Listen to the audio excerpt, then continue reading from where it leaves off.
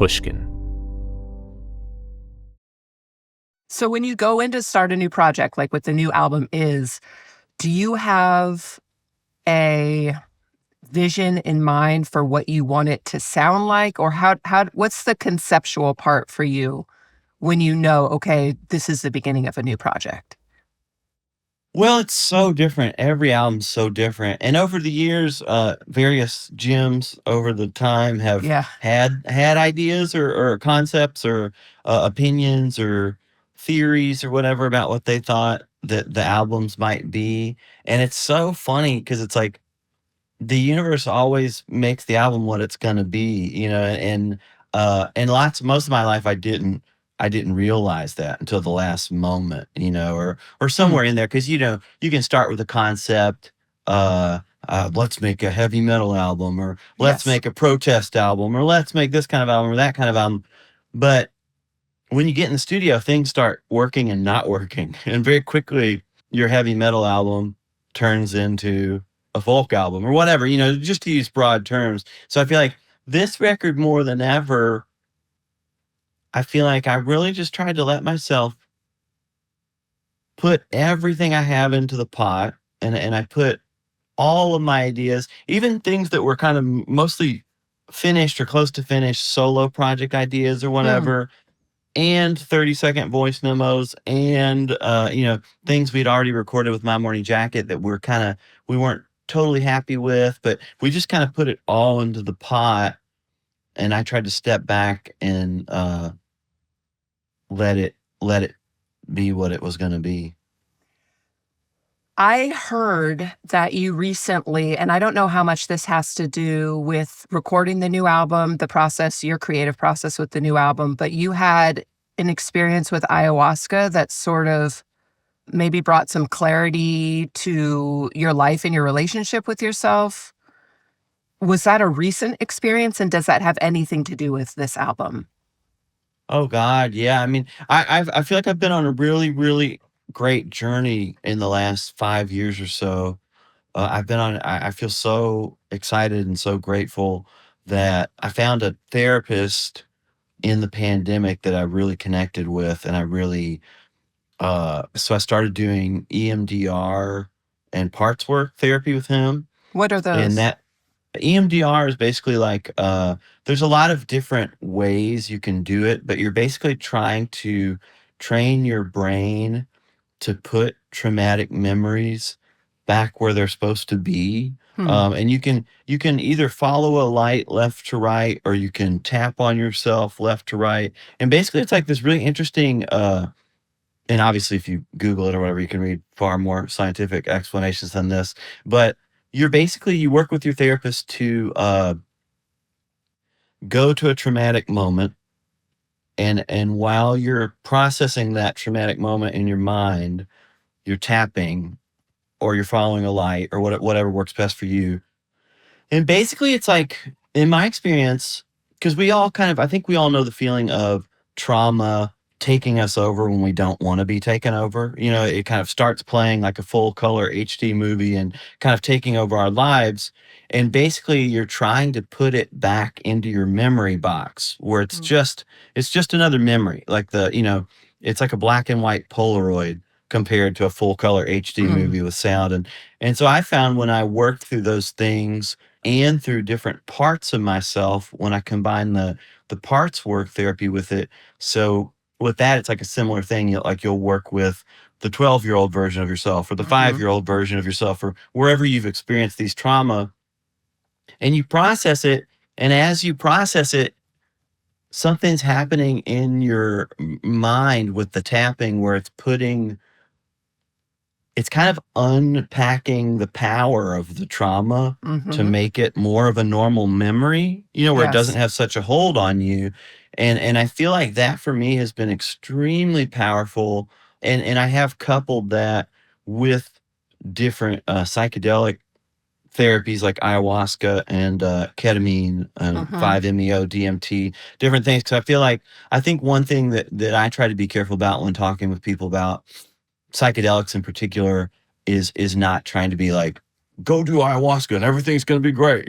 All your Yeah. problems are gone. Because I think that's a kind of common thing that people think, oh, if I go do ayahuasca, I think I think all those things are important pieces of the puzzle. Right. But I think you have to be very careful where you go and who you do it with, and be very guided. I feel like I've always wanted to do a lot of those things, but I've always tried to wait until somebody that I trust kind of brought it to me, Yes. or the universe brings it to me, and I feel like, so I've been fortunate to have some of those experiences. But yeah, ayahuasca was really, I mean, very varied experience, so many experiences. I mean, we could talk shows and shows and shows about just that, but that was a very crucial piece in my healing journey of I had an experience where I was holding myself in my own arms, and this was 2019, right before the pandemic, and Wow.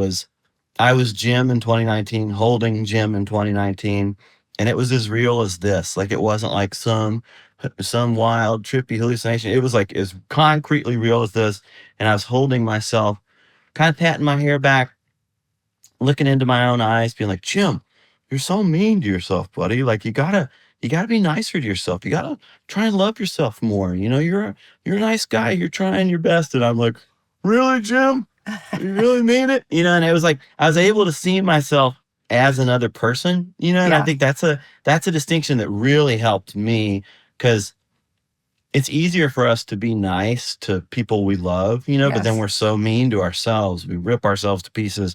And I've spent my entire life ripping myself to pieces, being so mean to myself, trying to escape from myself, drinking myself to death, just running, running, running.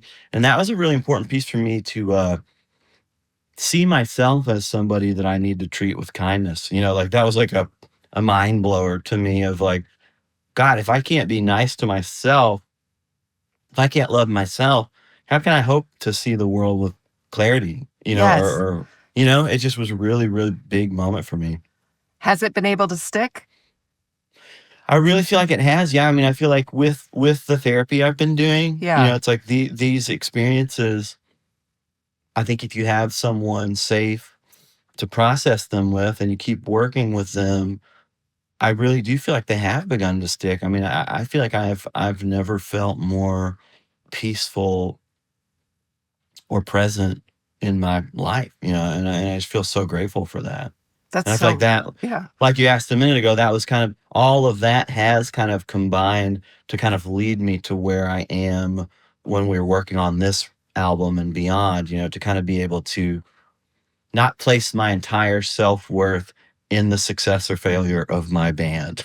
Because most of Oh, my life I've done that. Most of my life I'm like, if I get the world to love me, or I get this external validation, then maybe finally I can love me. But yes. that's a recipe that never works, because you're just on the roller coaster ride of, one day the world loves you and the next day the world hates you or whatever, and you're up and down and up and down. And yeah, I keep trying to come back to like, what can I do that nobody can ever take away from me? And Yeah. that's love myself. That's something we can all do for ourselves, especially in the madness of the world, the chaos of the world. I feel like if everybody started trying to really love themselves, we would see that begin to manifest in more healing and more peace and more love for each other. It takes a lot of work, though. Like you were saying, you had like a multi-tiered approach to it, traditional and non-traditional. I don't know if enough people make that investment in themselves. Well, I think it's important that we talk about it on things like this, because I think yeah, it's something you do have to take the time to do, but there's almost like this weird thing where our culture tells us we're selfish if we work on ourselves too much, or if we Mm, think about ourselves. And there's this, of course, there are ways to be selfish and narcissistic, and ways that are kind of taking the energy in a bad way. But I think if we think about it, kind of like that episode I had in ayahuasca, where it's like, if we think about ourselves as our own best friend or whatever, and we treat ourselves as if we would treat our most beloved best friend or partner, whoever in our life that we love the most. yeah. If we started there, I mean, what greater work is there to do, than to lay foundation. Yeah. Have friends or family or people who are you're really close to, have they noticed a difference in you? Yeah, they really have. And I feel like the band, it's been a really, really special thing because for years I was a terrible communicator and I was so depressed and uh, just drinking and trying to run from life and not being able to communicate how I was feeling. And so there'd be a lot of bad energy or a lot of unspoken energy, and the band, we almost didn't make it several times throughout the years, and I feel like luckily we've all been on a similar journey lately where everybody is really trying to take good care of themselves and do the work to like heal themselves. And that's been this really beautiful era of just better communication. It's like it's not like things are always easy or that Yeah. no problems arise, but I think when you instantly address the problem and talk about it and clear the air, that like lets it all blow through. And I think Yeah. we've been in this really just, I mean, we kind of all like hug and talk about it all the time. Like, That's can you so nice. believe like how lucky are we that we're still, 25 years later, we're still Yeah. playing music and we still love each other and we're not like trying to kill each other or like hiding from each other or like having separate, worlds or, it's just Yeah. like Everyone has their it's own tour bus. so totally, yeah, yeah, yeah. We're just so, so grateful. Yeah, I mean, that seems to be the move in as you approach midlife is to take stock in your health and really try and be a better person. And it's really sad when you think about people who didn't make it this far, or people who died early and they didn't get to a point where they're like on a self-improvement kick. I know. Well, God, I mean, midlife can go the other way too. You can hit the other way if you haven't Yes. done that work and start springing into other ways. Just But like yeah, party God, I like mean, crazy and yeah. well, yeah, the classic midlife crisis kind of Yes. stuff, that we hear about and that we see out in the world. Unfortunately, a lot of people that are in positions of power in our world right now, we're watching them experience their midlife crises and taking it out on everybody else. And because I mean, think about like, God, if Kurt Cobain or Yes. Jimi Hendrix or whoever people who Jim struggle with Morrison. absolutely, Jim Morrison, whoever Yeah. people who struggle with substance abuse, Janis Joplin, whoever. Think about Yes. if they could have found a way out and found a way to get past that, they could still be here. I We could know. still be experiencing music from Marvin Gaye or there's like Yes. all these people that it's just like I think we really need to think about that for the future, that we can hopefully get this word out that it's okay if you're depressed. It's Yeah. okay if you struggle with substance abuse. Like, talk to somebody about it. Like, find a way. There is a way out, and Yeah. don't beat yourself up or feel like you're all alone or you're a failure or whatever. I think we really need to address that a lot of this stuff, a lot of it comes genetically or it comes through Yes. some pipeline. It's not like people ask to be depressed or to be Right. genetically disposition towards alcoholism or drug abuse or whatever, so I think the more we can talk about it and the more we can try to get people the help they need, the more we can see these future people now live to still Yes. create. Totally. Yeah, and I don't know what your relationship is like with your parents or if they're living or what, but has this change in you, has it changed your relationship with your parents or with family members? Oh God, absolutely. Yeah, my parents are amazing. They're still alive and we're really close and we spend a lot of Oh, time cool. together. And I mean, I think every family, dynamic is complex and Of has course. its difficulties and stuff like that. But one thing I recognize the more that I try to find peace with myself is that everybody's on their own journey.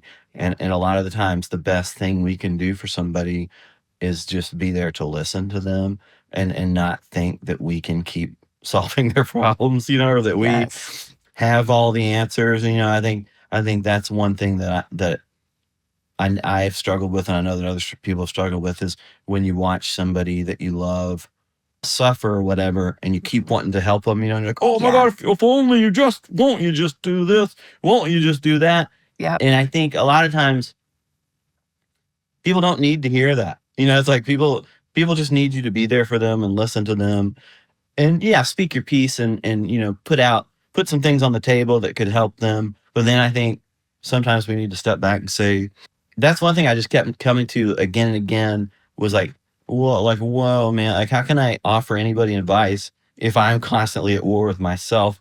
Like Yeah. where am I offering advice from if my whole world is in chaos? Yeah. And so I think that's like the thing I've tried to come back to with my family and friends is just like, how can I be there to Yeah. support them and listen to them? Yeah. And you said something about about My Morning Jacket having eras earlier. And I was reading on Reddit, and it seems like a lot of your fans think of the band in distinct eras. And I saw somebody mention that they thought a distinct era was post COVID. So it's sort of interesting that that lines up with that experience for you. And I was Yeah. wondering, for you, you've been in it. It might just be hard to think of it objectively, but do you think of the band as like distinct eras that line up maybe with albums or decades, or how do you think of it? Oh yeah, definitely. It's so funny because I've been thinking about this a lot because I look back because we constantly have to do things like learn an old song that we're going to play or something that we haven't played in 10 years or more. So I'm constantly looking back on all these old gems that have gone through all of Yeah. these albums because each album is like a time machine for me, and it's like, and if I have to go back to it and hear it and I like hear that old gem and I'm like, wow, man, like that gem was so lost in Oh, being Jim, so completely consumed by this experience of being Jim and being gobbled up by this depression or this fear or whatever that he was so consumed in it. But at the same time, like I always know that he was trying the best he could. And that kind of really gives me this peace as I look back across everything and this sense of like I'm so proud of everything that I've ever done. I still show up to do the work, but I accept that like a lot of the things are going to happen, they're not really in my control. Whereas as I look back in this time machine at hmm. all these old gyms were so locked into their ego of gym. And so there's so much resistance and so much depression and anger and fighting. And the universe still was going to do what it was going to do. But I couldn't see that. And I was fighting it and just like so consumed in this whole thing. So yeah, it's so interesting when I look back because there's so much fun in there and so much joy too and hilarity Yeah. and experience and love and brotherhood with the guys in the band and everybody I've ever collaborated with and all of this. But there was so much fear there too and so much depression that I feel like I look back on all those different eras of Jim, and I really try to be compassionate towards him or whatever because I Yeah. have to embody him all the time. Anytime I sing one of those songs, I Oh, have to embody this old version of Jim. And it used to be when I was still depressed and I was still being eaten alive as the latest version of Jim that's having to go back and do all these older Jims. I was like, oh God, I can't take it. I can't take it. But now the more peaceful I become, it's become really fun and more easy for me to go be 22-year-old Jim or 25-year-old Jim yeah. or nearly suicidal 30-year-old Jim or whatever it is. And I can see it all with more compassion and we can have more fun as a band. We can do wilder set lists and do every single song we've ever recorded or whatever. Whereas Wow. before, my depression limited my range of what I could do because I just couldn't do a lot of things. Oh, wow. Do you ever have the experience where, similar to the therapy that you were talking about, how you're trying to sort of rewire or change the impact of a traumatic memory? Do you ever sing an old song and try and do the same thing with the old song to where you're trying to rewire the experience of it? Definitely. Yeah. It's so crazy because, yeah, when I feel like when I was still being eaten alive by my alcoholism or my depression, like maybe 2015, 2016, something like that. In that period, when I was trying to go back and do some of the old songs, it was so dark, so difficult. But now when I go back and try to do some of those darker songs, there is this really beautiful rewiring or something where Mm, it's like, geez, like what a gift that I'm able to like go back and revisit this energy and almost like heal it, like yeah, somehow manifest the energy still and create it. Cause there's a lot of like wailing and screaming and like, wow, like a lot of energy that old Jim had to get out or whatever that now when I get it out, it's like this beautiful,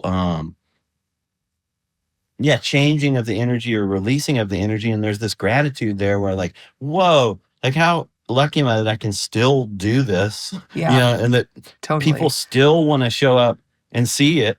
It's like it becomes this beautiful celebration of like, if there were people that identified with the way that Jim was feeling, or, people that are dealing with their own depression or their own energy, like perhaps and hopefully we can all rewire together. We can all Yeah. manifest this new energy together. And yeah, it's really, really healing. When you revisit those old songs or any songs that you've written, do you ever have the experience of like, damn, like this is actually really good and kind of like pat yourself on the back? Like, do you give yourself props ever, or is it always just like, do you go to the negative? But historically, I've always gone to the negative. I've always been like, I'm not good enough. I'll never be as good as Bob Dylan, or, I'll never sing as good as Nina Simone, or whatever the comparisons are. But now that I'm in this new paradigm, and I hope I don't sound like I've done all the work and I've solved it all, and I'm like totally, figured it all out or anything, because I haven't. I'm still in this journey. But one thing I do recognize is I am able to love all those old gems more and give them a pat on the back and like and really just love a song for what it is, and not be comparing it with fucking Bob Dylan or whatever. You know what I mean? It's like there's just always been this ruthless voice comparing myself to all of my heroes. And I think Mhm. once we all realize that like that's that's all illusion, that there is no comparison, there is no better or worse, there is no, it's all different shades of everything, Yeah. then I really have been able to just like just enjoy a song for what it is, like for the thing it provides at that moment. And also just experiencing in that moment, and then it's gone. And I'm not worried about it. I'm not like, oh geez Louise, Yeah. did I sing that well enough? Or are those lyrics good enough? Whatever. It's like just like experience I it. just feel like And you're such a good performer. I just hope that you realize that. And you're such a great thank songwriter you. and you're so good at what you do. I just like want to like Thank shake you you so and be like, much. dude, you're being Well, too thank hard you. on yourself. Well, now I feel like I finally am able to love myself and just accept it, and really enjoy it in the moment. And but I think the world is tough because the world kind of forces us to compare ourselves to our heroes or to our Totally. contemporaries, and especially like the more digital the world's gotten and the Yeah. more numerically based it's all gotten. There's Yes. stats for everything. Every YouTube video has a play count, and every Yep. Instagram post has a like count. And I think when you're trapped in that comparative frame of mind and you're like, oh man, Band X has 83 million views on their YouTube video and we only Totally. have, yeah, it's just like that whole mentality is just so fucked up, It is. and I think that's like part of our jobs too, is like trying to get each other out of that comparison mind Yeah. frame and just into this idea that we've all got something to share, and it's gonna be what it's gonna be, and you can't look at it in this statistical way that unfortunately our current digital paradigm Yes. has trapped us into this statistical world that's wild. So I saw that At Dawn is turning 25 this year. And Mm. I was curious how, if you're able to contrast the recording of At Dawn, where you were when you were like 21, 22 when you recorded that. It's Yeah, I crazy. think so. Yeah. Um, Compared to Is, like, how was the process different? Oh God. I mean, everything was different. Yeah. Life was so different. What were Uh, you like? Where were you at? What do you remember from that period of your life?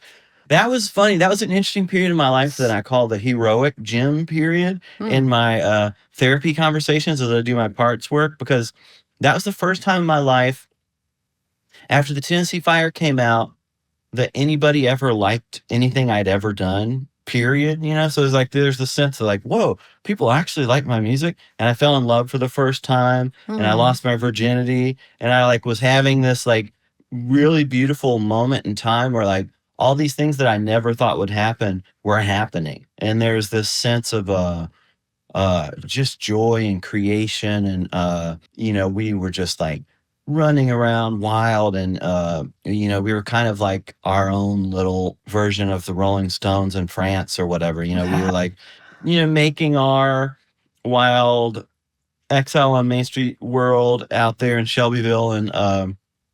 And it was so fun and beautiful and free, and there was this sense of, but there's always this sense, we always had this sense, because nobody had ever liked anything that we did, we still thought at every turn we were going to get canned, so we were like, all Yeah. right, like, let's make this thing as long as we can, because this is probably our last shot. I think At Dawn and the Tennessee Fire and It Still Moves, I think all those records are like as long as a CD can be, which is 74 minutes. Like we're like, let's use literally every second of this fucking CD. We're still thinking in CD terms back then.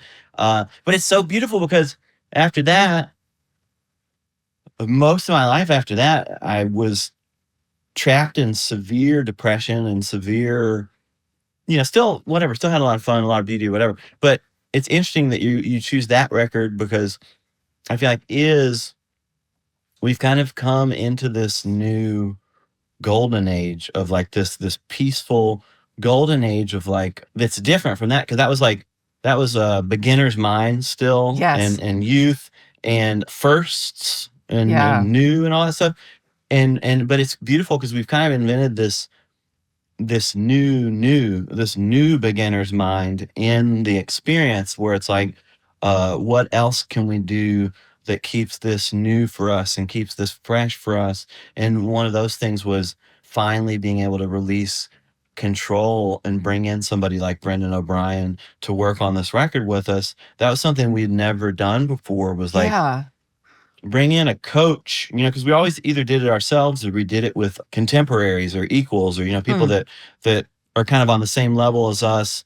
And that's a beautiful way to work too. But we're just like always like, what can we do that's different? And I think all of this kind of healing that we're talking about, I was able to like let go of so much and be like, I really think we could benefit from a coach, Yeah. somebody who's not our equal, he's not on our level, he's like a step or two above. He's done this hundreds times more than we have. He's 20 years older than, just all these Yeah. things. And really like connecting with Brendan and getting to see his viewpoint was such a revelation for me and for us, that I feel like made this whole thing, this whole experience, just this beautiful new beginner's mind thing. It was really, really special. Why did you pick Brendan? Did it have anything to do with his past work? He's, produced most Pearl Jam albums, engineered Blood Sugar Sex Magic for the Chili Peppers, worked with Stone Temple Pilots, just a ton of artists. Did it have anything to do with his work or his sound specifically, or was it more his personality?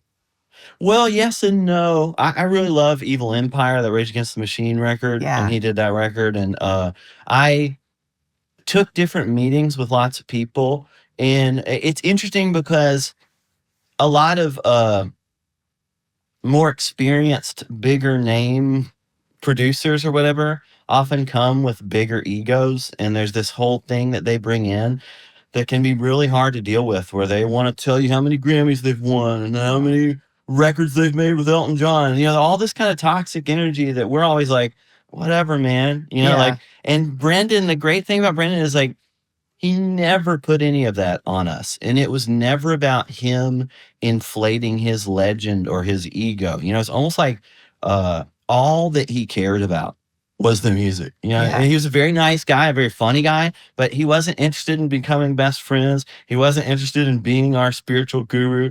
All he was interested in was the song. Is the song the right key? Is it the right tempo? Do the lyrics connect? And he always would have this great sense of being critical, but always offering a solution or always offering something that would help.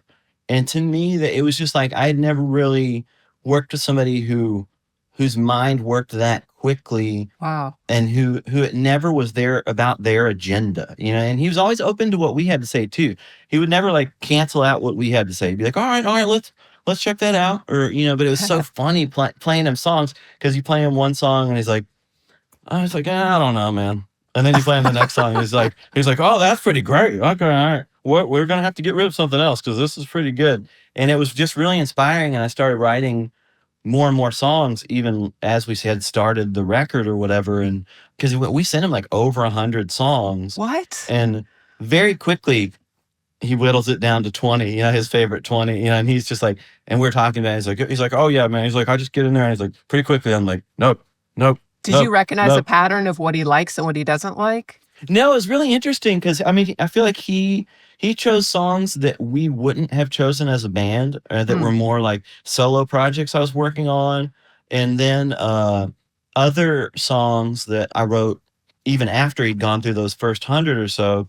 It was really amazing just to see like what he liked and what he didn't, and I was just really trying to surrender to that process, because Yeah. I felt like, okay, the universe is going to speak to me through Brendan, and I'm gonna just flow with it and see what happens. But it's really cool because there were some songs like Squid Ink is a good Yeah. example of a song.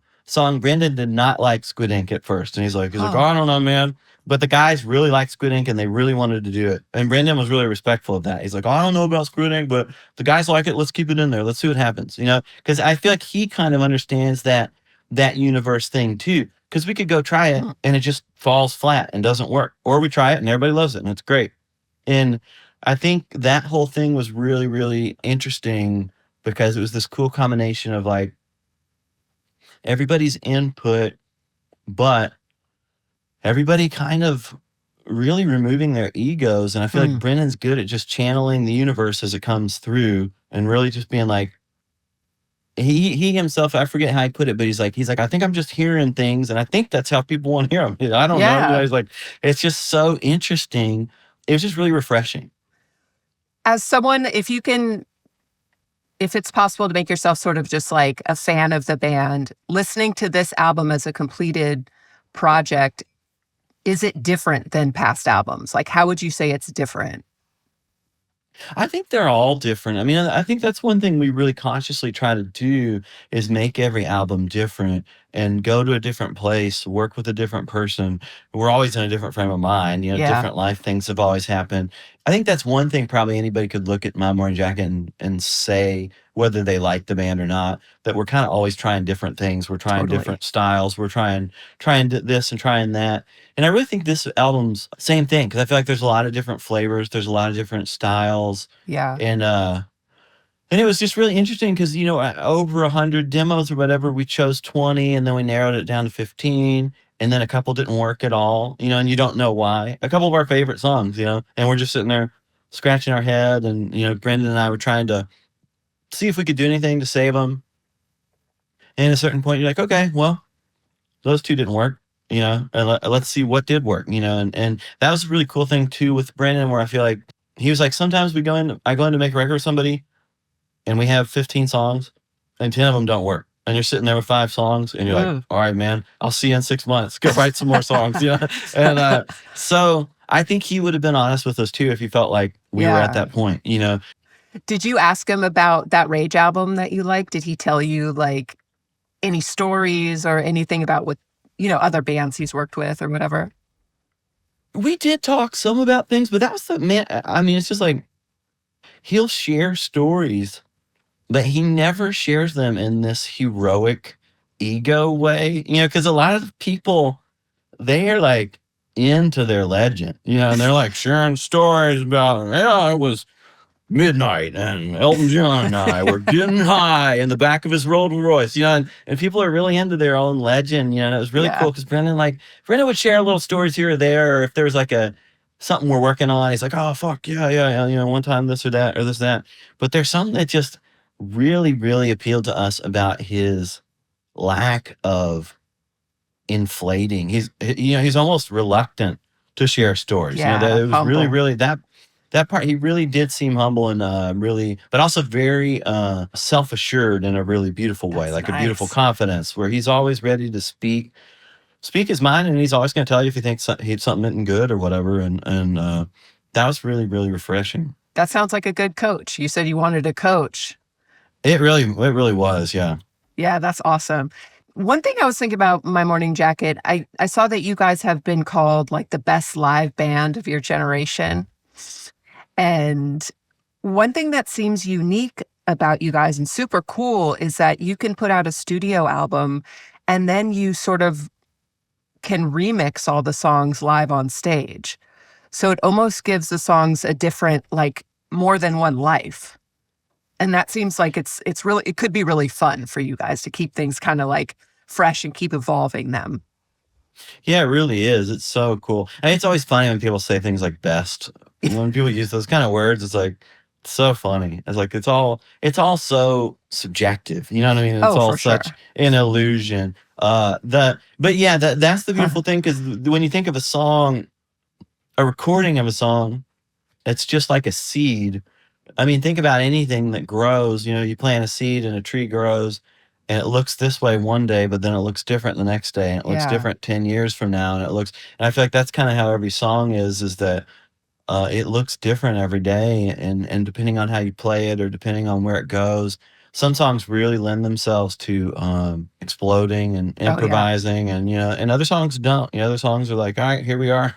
It's 3 minutes long and this is it. And Yeah. but even those songs, they'll be faster or slower, or you'll be angry one day, it sounds different. You'll be really happy one day and it sounds different. And but yeah, it's so interesting. Yeah. I was thinking about that with Out in the Open, the song, and just wondering how that was going to develop live. And if when you're recording songs, do you think about how it will develop live, or are you just concentrating on the studio version? We do talk about that a lot and dream about it, and like, oh man, this is gonna be fun to do live. We say that a lot. But you also have to kind of let go and let it be what it wants to be.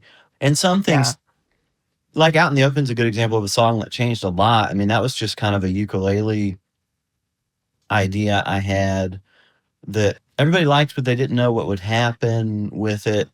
Everybody liked the riff a lot, and I had a melody. I had like the vocal melody, but I didn't have any lyrics or anything. And Brendan really liked that riff a lot, and really, like, Yeah. he was like, okay, let's just take this riff and let's think about it.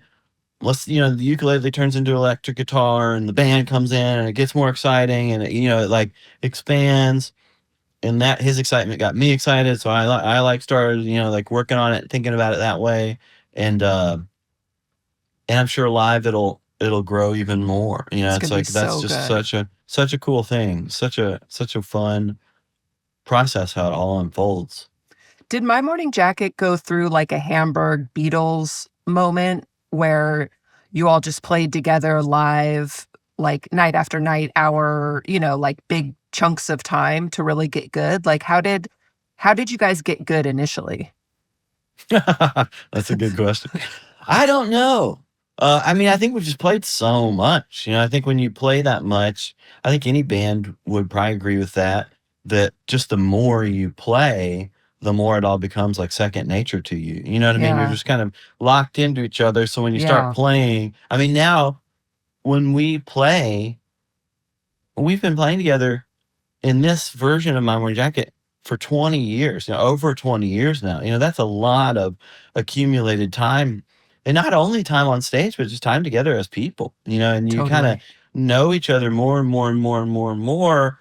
And you think of, yeah, like the Beatles and those Hamburg days or whatever, all that time they played together and all those experiences really prepared them for when they were together in the studio and faced with the pressure of the world or whatever. They were ready to do it because they'd spent the time and done the work. Do you consider your relationship with the band as the most important relationship in your life? No, I don't really look at anything that way because it all flows and changes, and every day is different. And so I try to look at whoever's in my life that day as the most important person in my life, whoever I'm encountering in that moment. Because it's really, I think that's one thing we forget, is everything else is gone. Like right now, it's Mm. just you and me. and there's nothing else happening right now. The band isn't here. My parents aren't here. Nobody's here right now. And I try to keep thinking about that, because when you're on tour, you really have to think about that in this interesting way. Because if I'm trapped somewhere, it doesn't matter where I want to be. I'm right there, and it's like, and I can spend time wishing I was somewhere else, or I can face reality and try and enjoy it, And I love how Michael Singer talks about. He's wrote The Untethered Soul, and Mm. has a podcast that I really enjoy. And he talks about reality, and he's like, you want to hear the definition of reality? Reality is that which has already happened. It's like, and you Mm. can't, if you wish you could change it, you might not like it, but it is, and that was another one of the reasons I wanted to name the record is Oh. like, it is, it's like, and I think that's something we all need to think about. If we want to change the world, if we're not happy about the way the world is, it's okay to feel upset about it. Or it's okay to wish it was different in one way, but if you face it directly as it is and say, this is reality right now, what am I going to do about it? How am I going to meet it? How am I going to show up for myself and for reality as it is? And I think Mm. that's like some kind of doorway to a better future. It's almost like you can't think about the future. You've got to like really think about, what can I do in this present moment, starting close, starting with myself and the people around me, and how can I make that better? Yeah. And I just keep trying to think about that. That's really been helping me. What have you been listening to lately? I feel like whenever anybody asks me that, my mind goes blank. It goes Same. completely blank. I feel like I have my regular diet. Yeah. What's your diet? My steady diet is My Sweet Lord by George Harrison. I feel like I Oh, listen to that song kind of on repeat all the time, it's like over so and over and over good. and over again. There's this band, Magdalena Bay. Have you heard of them? Mm-mm. They've got this song Image that I really like. There's an artist, Lacey Guthrie. They've got this song called Here She Comes that I really Mm. like. I mean, I feel like Kendrick Lamar is always blowing my mind. I mean, I feel like we're kind of like living in his era in a lot of ways. I Yeah. feel like there's this thing that he's doing that's speaking to so many people. I really like that Doechii record. Oh, I feel yeah. I feel like the vibe that's coming from that is really powerful.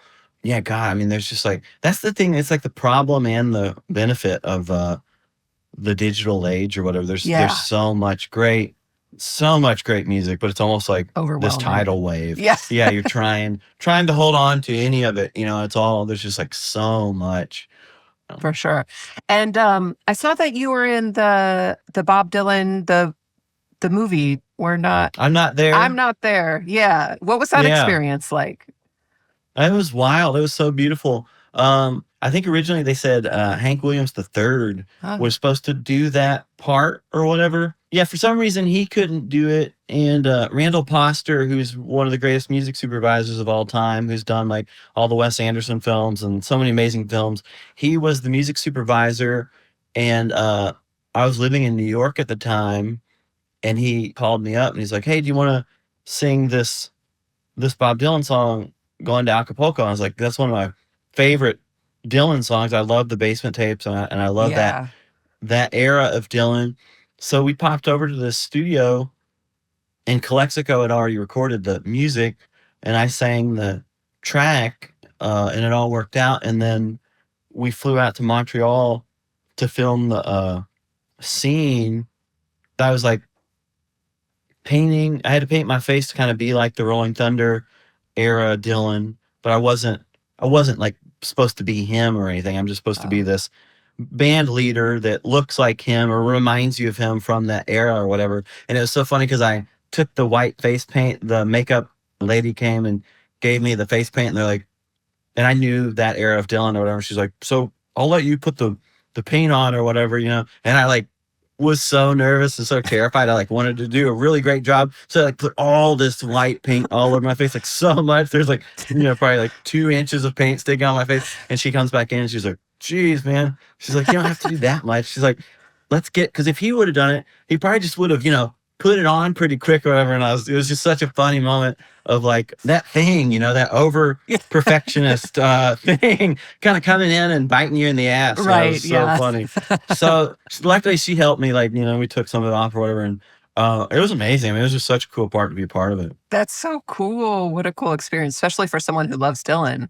Oh man, it was unbelievable. Have you ever met him? Yeah. I mean, not really met him because I got to sing with him a couple times when we went on tour with him on the Americana Rama tour we did when it was, I don't know, 10 years ago or something. And that was really fascinating because it was us and Wilco and Dylan. And they had sold us on the idea of the tour that he wanted to play with everybody a lot. They're like, Oh, Dylan really yeah. wants to play with all the bands. And like, we pictured ourselves sitting around the campfire at midnight, like, let's learn all of Desire or whatever, all these like, and of course, we get to the tour, we don't see him, we don't hear from him, we don't meet him. You never even see him in catering or anything. His bus pulls up, he gets off the bus, plays his show, gets on the bus, leaves. But then one night his bass player comes up to me and he's like, I think Bob wants you to sit in tonight. And he gives me a CD of this Reverend Gary Davis song that I didn't know. And Jeff from Wilco and we like go in the backstage and we've got our guitars and we're like, we've got like whatever, couple hours until Oh my we're God. supposed to sit in It's like with him. panic. And yeah, we're both like terrified and we're trying to learn the song. And the bass player, Tony, he's like, let's do this in the key of D. And I don't really know keys or anything. So we're like, okay. So we like learn it. And I swear, like 5 minutes before we're supposed to go on, the guitar tech comes back and he's like, I think Dylan wants to do it in B flat. Oh, And God. he leaves. So we're like, okay, D to B flat. What is that? We're like trying to figure it out. And I don't know the song well at all or whatever, and then we like go out. I mean, he was really nice on stage. He welcomed us on stage or whatever. And Wow. we, stumbled our way through the song. And What a trip. and we did a couple of Reverend Gary Davis songs. And then we did The Weight by the band. Wow. Like 4 or 5 times, and every night he would change the key of that. Oh, God. So it was like constantly going up and down. It's like, it was so wild, but it was so crazy because you never got to like spend any time with him or anything. Like we didn't have a conversation or anything, but when we were playing with him on stage, one of the most unbelievable things I've ever seen, like looking over at him and he is gone. I mean, he's completely lost. Like his eyes were somewhere, like tapped into something that really was, I think that like we're all part of this, for lack of a better word, cosmic ocean or consciousness or whatever, that I really believe we're all tied into, and we're all just little nodes off the same of a wall of electricity, or we're little waves off the same ocean or whatever. And occasionally a person comes along that somehow their energy speaks to everybody, in this different way, like Dylan does, and there's just this thing, like being 2 feet away from him, and looking at him when I was like, I saw that thing or whatever, I guess that must be his connection to the thing, because it was like, there really was, no one was there in his body. It's like he was in that place that I think we all know that place. Musicians know it as the place when they're lost in great music, and they're lost in the moment. And I think the place most of us know it best is like in love, or making love, or that part of life where you are gone. You've forgotten all about this human experience, and you are lost in the energy of love and God. And that was one of the coolest things I've ever gotten to see, is stand so close to a hero like that and see that force. It was unbelievable. That's incredible. Yeah. Have you played with anybody else and had that experience? Oh my God. Yeah, we've been so lucky. I mean, so fortunate to like share the stage with so many unbelievable artists. It's just like it is or even seeing people, like I got to see Etta James before she passed away, and the energy, Wow. coming off of her, just like really you felt like the place was going to be ripped apart. It's like Wow. the walls are going to be ripped off the place. The energy is so insanely ferocious. Or seeing Joni Mitchell at the Hollywood Bowl last year, Oh, just yeah. in the audience, like not like, and I've always really loved and respected Joni Mitchell, but it's never fully been my thing. It's never Oh, fully spoken to me fully deeply, because a lot of it honestly just feels kind of over my head. It's very complex and very yeah. layered, and a lot of times I really so much respect and so much beauty, but seeing her, the unbelievable energy coming out of her, of like she's seen it all and lived to tell the tale, and Yeah. you're seeing her in person, all almost like she's all of the energy of everything that's ever happened in the history of mankind or whatever is like coming out of her as she sits on her throne. And it's like Wow. I kept getting this vision of her as like the power of like Marlon Brando and The Godfather or whatever, but it's like, but like 10,000 Marlon Brandos, it's just like the power coming off her, just like, I mean, like, I couldn't believe it. It's just like, that's one really inspiring thing too that we talk about a lot as a band, is like, you see these people that really show you that age doesn't Yes. matter the way we think it does, and age Yes. is relative, and nobody can help complications they may have, or if you have bad health or something happens to you, obviously nobody can change or help that. But beyond that, seeing the Rolling Stones, I've seen them 4 or 5 times in the last few years. Oh, Just wow. unbelievable. Like they're not over the hill old Yes. guys. They're the greatest rock and roll band of all time, and they're still alive. Yeah, and they're still blowing your mind. Or you see Neil Young, same Yeah. thing, still blowing your mind. Like still, and that kind of stuff is just so inspiring. I was talking this about somebody the other day. It's like we're all the first to see rock and roll grow old. It's like Totally. this is all That's still true. so new. Yep. It's all so new. And there's so many people like Jimi Hendrix or whatever who died, or John Yeah. Lennon who died or whatever. But then there's still so many people like Paul McCartney, or Yeah. like I still have gotten to hear Keith Richards rip my mind in half with gah, when he hits a big gah, it's just like just so So wild. lucky. So lucky to witness that. Unbelievably lucky. Yeah. How are you feeling about touring these days? It's so funny. And we were talking about this the other day, because we have never felt better about playing shows. Like the band as a unit, as like and like everything feels so beautiful and so unbelievable. We've never felt better about like the music and the brotherhood and the harmony and the experience with um everybody coming to the shows, and the circle that's created by the Yeah. audience and us, and the whole thing is never been more beautiful. And simultaneously, I feel like the more sober I've gotten and peaceful I've gotten, the harder the travels become. So Yes. it's been like this crazy back and forth thing of like, oh my God, like I cannot sleep on the bus anymore. Things Oh. like that, where you're like, Is it because you have back stuff, right?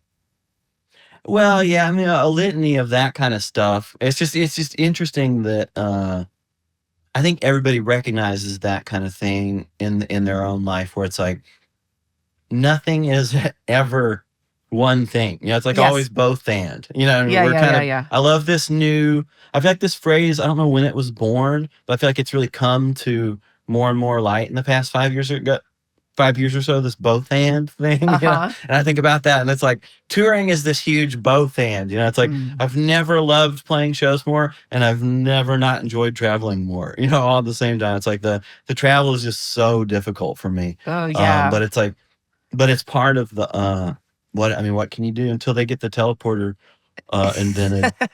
We got to do what we got to do. How do you get yourself in the mood for a show? If you can't do like a couple shots or whatever it is, like how do you get into the mind frame?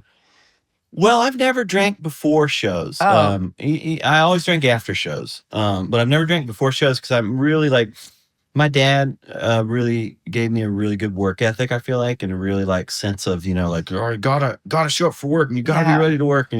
But well, I've got a whole list of things I do. I mean, I've really got like a whole vocal warm up thing I do, and a whole meditation thing, and just like a quiet thing, and an exercise thing, and a music Oh, nice. thing, and it's like this series of like simultaneously getting relaxed and getting excited, Yeah. and like It's a lot getting of your voice energy. warmed up.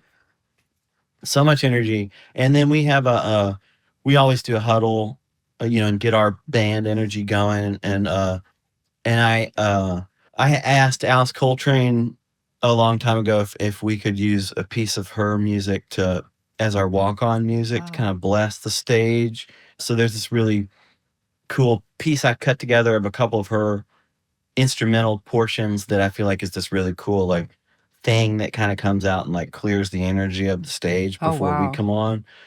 So yeah, just things like that. I try to That's awesome. pray. I try to really pray to the energy of the day, and the whatever forces might be there, that that it is what it is, and I can accept that. That I Yeah. hope it's a great experience for the audience, and I hope that it's a great experience for us, and I hope that I imagine the whole venue surrounded in like a golden light, and like Wow. try to imagine all of us surrounded in like some kind of protective healing light, but then simultaneously like, please help me accept whatever doesn't go right, Yeah. because that's going to happen too, like, because that's so much out of your control when you step on the stage, it's like, and that's part of it, I think, is trying to accept that. Yeah. Well, Jim, thank you so much for talking. Thanks for being so Thank you. open.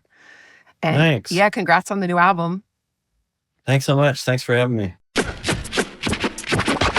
Thanks for checking out Broken Record on YouTube. If you want to listen to us on the go, be sure to subscribe to Broken Record wherever you listen to podcasts.